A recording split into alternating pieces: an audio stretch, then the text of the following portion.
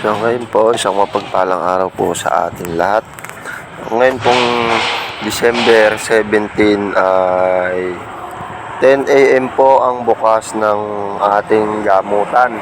So pakitingnan ho nating mabuti ang bawat schedule na ating nilalagay po para nung sa ganun po ay hindi po sayang ang inyong punta.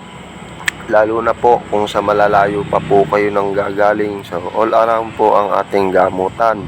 Spiritual po. Pagdating po sa spiritual, yung mga kinukulam, binabarang, nababati, nagtatawas din po tayo ng malayuan. Kung malayo man po ang inyong lugar at malayo sa akin, ay po pwede po tayong magtawas ng malayo. Basta po pakilagay po ang lahat ng inyong mga nararamdaman at kung may pandoktor din po kayo ay atin din pong subukan at wala naman pong mawala unang-una ang pagtitiwala sa ating amang makapangyarihan sa lahat. So siya ho ang una natin pagkatiwalaan kasi siya ang unang magpapagaling sa atin.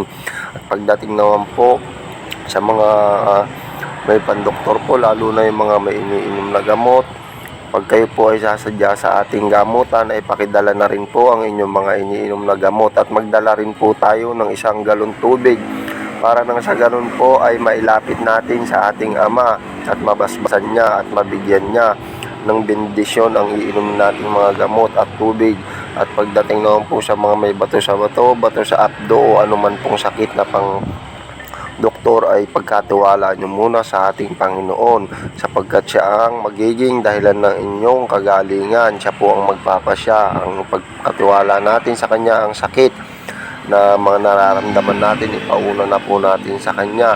At sa mga pagdating naman po sa mga hilot, tayo po ay naghihilot all around po kahit po mga anong sakit na inyong nararamdaman ay isadya nyo lang po sa ating. At pagdating naman po sa mga iba't ibang sakit at ano pa po yan, all around po ang ating gamutan at tayo din po ay nagmamassage din po, all around po ang ating gamutan. So paki-like, share and follow po ng ating Facebook page, TikTok at YouTube. God bless po sa ating lahat.